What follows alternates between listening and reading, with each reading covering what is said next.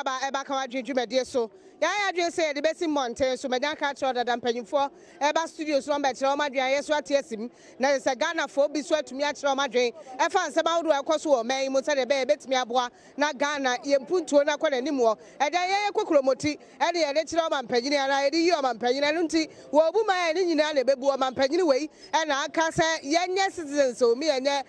spectators ti woni ye hwe so do be den ye fe hunjim ti de ho ajim ya ye bo an ma na bu ma ye kawa dwedwumade no ade a opese ye toa wo bebia wo bia no akwanya wo ho ma ma ye toa ma ye tumi de bia berewo wo bebia wo bia 0241233096 0241233096 wa Fred achehene na say ye tumi aba ne abedi nkomo me ka wo say Newman College of Nursing omadaro manyo monko V mixture Newman College of Nursing se men kan cho say ne nkwada na dusia no ehunhia mani nkosua de bia kekebe wiase na demonstration no akwatwiri ministries was na adwuma no kra menya bi nyo ene ade a we de any affiliation papa bi US of A Canada Denmark ni Australia brote wo ho na ye nurse ya na akoro no uko anim ye papa ne Ghana so sada ye ntete ye papa bi uko school out say yes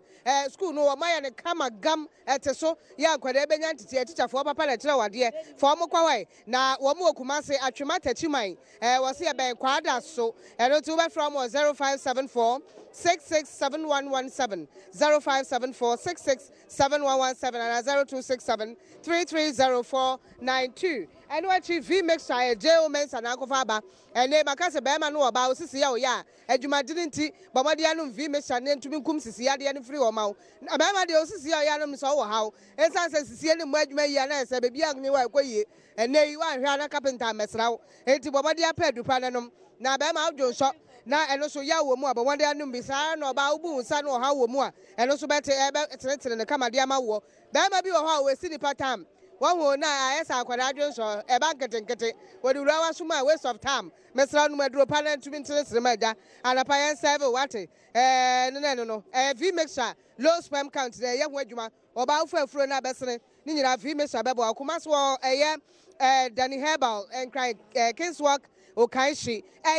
Mensa watakra de was a bidrofie watakwa V mixture Joel Mensa and Akofaba multimedia ya doye and then Kolani bo mu ni made so scan ho ya de hwe wo mo afini afibiano ye de sika kakra to on ye bo ankwada wo mu ni made nanso scan ho ya de hwe wo mo enti wo pese okọ school na mom wo private school a won ka ho aban de no na kire se yempa cash ni ho enu bi na akwa no problem ye be boa unya tro application 100 words de ba payinfo betena se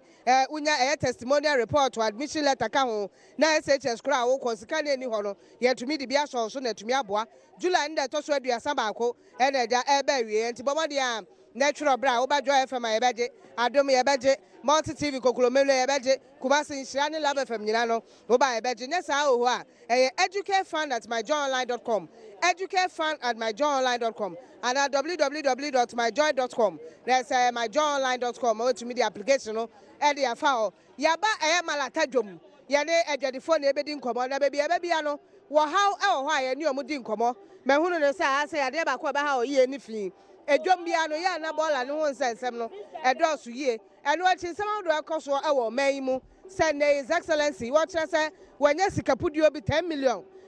ya wade bebo obi opeso ye adwuma obi adwuma munu bia no obetimi dia ta na chiri yensem ni bia ekoso e wo man mu mabrante e front e ba cho ye frame olala yo olala yeah uni na de to wo da bi edi obi ani we guy ye din komo nsem ho do ekoso wo man what be o man panyini $10 million wakopa won to ma eda what say wo mo e pa adwuma ayo no betimi abedi bi no mo dia ko start adwuma ya te on employment so ye hwe kwan say na nsem afa minister wode cameras de akwhyehyehye ba ko office eno so won nsem betimi a kire wadwene yo me da se em se oman mu no ye wo mra ene hyehyeye e wo ha na mesha se free minister no se owo yamma di bia a wudi na ultimate di camera akohye honom e bia na person de monitor ne but the moment I free office pe e wo say wo ye den o make sure say obeyi sade no e dey free because obi ba be occupy so they say na kwaya say o man mu nyina ya say de o free ho no na de ade ne share ho ba mi hwa so bia na ntesa o de monitor ne workers no so de me kire no ana face so de amampani sika o so de body be bo ankrofo no eye sabi ankwankran no so wo bibi kakra na wo ye bodwobodwob na wo ye na ye ta wachi a me feel say eyade a edimu eyie pa so ta say eye enti no nyina ye mfa pa bontae aban na chi se na be ya nimudie anaso odo wo ma ne man no ebe koso ne nyina trasa so ndie mu afi so kotoko issue no ensem we no edoso pa because say driver ni driving na ne car say so tete na ye nimu no say uni triangle a udwetwa nwura udi egu kwan so what na cross da udwetwa nwura e de egu kwan no mu san ti car no ba no light nto so say bibia si wa ha bibia si na wa hu but say ujja car no si kwan finfin pedia finfin de e nchen baabi so that na say no enye because highway no say bibia ni ho san na driver no kon de on so pentem to odimlika san na e ko nti de de ebesi mesrem nuanom say mama yemfa wei enso enye politics there be sign na aba enti yempe kwan ya befa so a womo a omo ewo sa we no omo hwehye emra na emfa so ndu emra because me das ba pa wa kire na dwene ma me nkọ me ma me ho na me ne nkodi nkomo kakra ma me ye frozen Antekua malata ha na ewo emom ye di nkomo fa nsem ahodo bebre mu o mapagini de $10 million yaba se ye mfa mo a mo pese mo ye adwuma mo create adwuma ma ebi nya bi yo na afi kwoto consensus mo accident ye si ye ne ade nurse fo a wo mo kire so mo nya adwuma nyo ne ade malata ha so me didi ye so oha wa ha ye no so mbetimi a kire wadwene wo ho ye ha ne se kai fo no mgu ha no mo ha ye wo pra wo ko fie no na from mo ba ye fi mo ba bia na fi Pampers ko baba no yi pampers ndi egugu ahan mo koka o me ye wasa aka wo na fe dwane so se dwane egu wo ba o nton hwe no asa so Africa kofi ndi ye hwe se aban me boa yen mo bo malata de man yen malata dwane ensa mpeya bio ye be da ma me aseba pa wa kire na dwen e fa nsem awdo e koso e wodwame hu ye ne ma me so eni nkomo ma me ye fra ye fra mi leka e nkrendi e trasa leka din mansa ni otoso miensa yo ya jude Ghana ho malata ha how be ne wa malata da na ewu yatimi ba fra na pa yentonshi yatiti wo kaka na ya pon akọ nti government no ya bibi wo fa ho maye accident esi ye kotokode no wote manti hwi o man panyini se $10 million ya wo de beboa ma adwuma wo mo epese create adwuma no so wate mate na ye twen na mbra wo hwe ne wo ho wo se ne wo twan se bibia betimi akoyi e frozen o me menu menu nsema ekoso Ghana dọọso danu anese fo kogina ministry se ye nya adwuma nyo o man paying $10 million enra wa pa ho ntoma se wo mo epa adwuma wo mpe so mo create adwuma no wo mo meje no wo mo famfrase ye nya bi afei kotoko nsem esi ye nra accident ya esi ye nra na nsa ahomte ni nyina no tumi kire wadwene oh be de madwene se mi kotoko ni pa anu ase de hode man nya adwuma ekomi mu pa ekomi mi ha odem so pa ne poba na aba private car o mo de fani pa na emrofo nyina agya fa no mi test over Uber na aba yes nka ne poba Uber na aba ade ha me pa in fact test over u pieces ya ye twen kanta twe me o mo ntwa hwe o bo se du so na o mo agya adwuma fa sika ma so moto so e man mo ni kwase moto adwuma no aba de na o ka fa ho last year ton be sin de ama ye se be park be 2 hours ko na o fo bia petrol samri sa yi na aba no ha me sa tutini de aba ne ye bi fa ho a mani be gipa ama mi nam kura da o se mi twa ayi me da se abroche na Uber wo ho ya o mde Uber ye adwuma na mom taxi driver bi sa de o kan no sa na o be ka kire me ye se wo mu nyina se taxi adwuma na o mo ye de a ade no no betwa ye me wetwa eye insurance wetwa se wetwa ne ma bebre o be wie na Uber wo de a wetwa insurance private one wo mu de no so ye frɛ commercial one eba no sana sa wu ne schedule wo mu ne ade antie no se ebetimi aye bibi ho Uber no de entumi ntwam ma bi ebi ho na mom se de be a wo mu nyina adwuma no be kɔpɛ na aboa no ɛno ho asɛm na wo ka ho asɛm ya bidi ye se ebetimi ahwɛ ho ne atumi atenetene ne ma ɛsɛm awodo ayekɔ so o mem ye be da wase na ye gusu ya ye di nkomo yi ya o malata God first cold store anes malata God first cold store anes ni ntemu a ɛna de ni wura nie ma me ye frost ayo he frost Every Auntie Lucy. Yo. Ma Lucy adwene Ghana ho nsɛm awodo ɛkɔ so o ma mu gidi yesi watbi o ma pagini $10 million yo de aba wo so wo a wo pɛso wo ye wo create job no wo bedi bia na de startup capital ɛno akɔtɔkɔfo accident ye ɛno achi minister deputy bia akɔ kasa wa abrochire eno wakeka bi akire wo mo efrefre wo mo wase mo pekọ so dodo oh wo mo ye na obi di minister na mo frefre sa battery wuni ade a enya de papa munye nyai afede wo so wo pachew ensem wo malata so betimi akire wadwen ho oh sesi a yenu ma yedi dwa wo malata no ni amaboa yedi emu say me deal with emu ni boa yedi oil so sa sika no de ba say ya na wo didi dwa na baby e bi te na wuntu be uto na enso a esa okura baby a e bi hye na wakoyi na wo dia asoso ade no kwa akoto kra ukoton kra na sika no mba se nia first na esese ba no entumi mba sa ye brepa nti nana ado no ye president no ombo modia no nhwe na niama nkoso fefefe mayen because enu so ne ye hwe ye na edi to aba no nti se eba ni sa na ebe ye ya na che se ye nu se no ebe ha yen ha ye because bebira amini wo mo nkomo o malata no mutu se se nso ye nto ade si mutu se sika ni krom ye nto ade ama bibia ye din na se wuto ade ni bo ni din se na ukọ na uko ti se ne minti 2 cedi na 3 cedi na mito na uko so maso e de na okasa enti ye be sra ne pa ye de nyame pa ne chow nyama kosoro ye bre pa because se am gina o se me chow sika me de aba malata ha no me di dwa wie no be se na nyama no ketu abia bi me kofi a e se me fa calculator na me calculate na me hwe se dia me peto ye no se sa pepe na sika no akọ tona na ya bre na say all fresh foods e ho na wo mba ai me beto me ni ama wo hanu mo na no ensem aye die nkomo aye die nyina na ye ne nkrof Ghana fo bi na edi nkomo yi wa fa fra say efre me ntwaje yo adwuma te say adwuma mu eye ba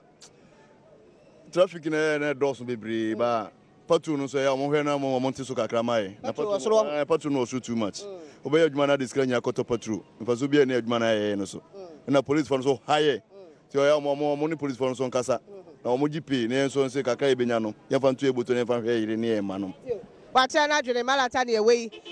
na ye ne Ghana fo bi edi nkomo komo aye die nyina no e fa ensema hodo a e fa ekoso Ghana e da ya mawache ye na mame ye di nkomo afa Ghana nsensem ho me di ye se kotoko nsem wate bi o man panyini de $10 million aba se mo a business obi o pese o create bi o fa mra da no nurse fo wo ma demonstration fie mienu o munya adwuma nyo ene ade nsem o ekoso wo Ghana obetimi a kire wadwene madwen kire wo mu an se de esi akoye no o ma no de ye nya asesa na asesa nti ye twen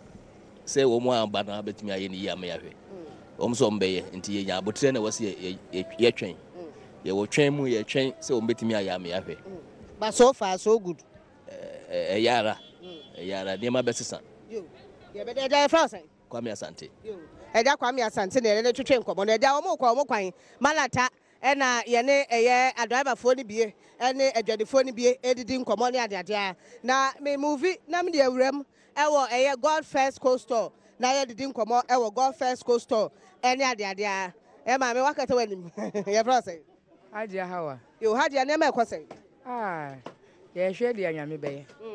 ye di nkomo afa nsem ekoso Ghana national issues minim de watete anesefo a omukọ enura womukọ ministry se kwakire se womunya adwuma nyo mfie mienu ni wawie school wonya adwuma nyo ye hye omogba a na yetu ahyeda omampanyine de $10 million de aba se womu apese create adwuma no ye mo a omu no ntumi create bi ne ade minim malata ha so ha betimi akire wadwene malata de ye ha bebre because emaria bebre awie school omunya adwuma minya akuma wo service crew obey service baby ebe post na mana service crew no cry asema okokpaza ko moto crew de ni tihwe 190 sa obre ye crew ansana service ye onya post nti just imagine obey we ni service answer na obenya adwuma crew no so ni asem no hwe sika ya sai e dey ahwe from we yakọ university it's a big problem nti adwuma ni dey say aban onhwe no onye hu bibi e serious very serious. And I mean, you're a strong member in the party. We are fighting for the party. Or a pulley agent, or a BB, but still, she needs a job. And so, she's a national service cry, same day. She's a Nikulum Heva. Baza.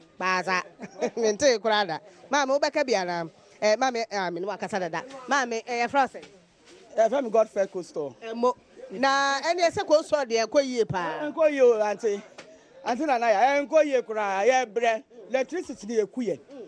sister me compare da but I feel them me compare pa me sumi na mun na aso dem wo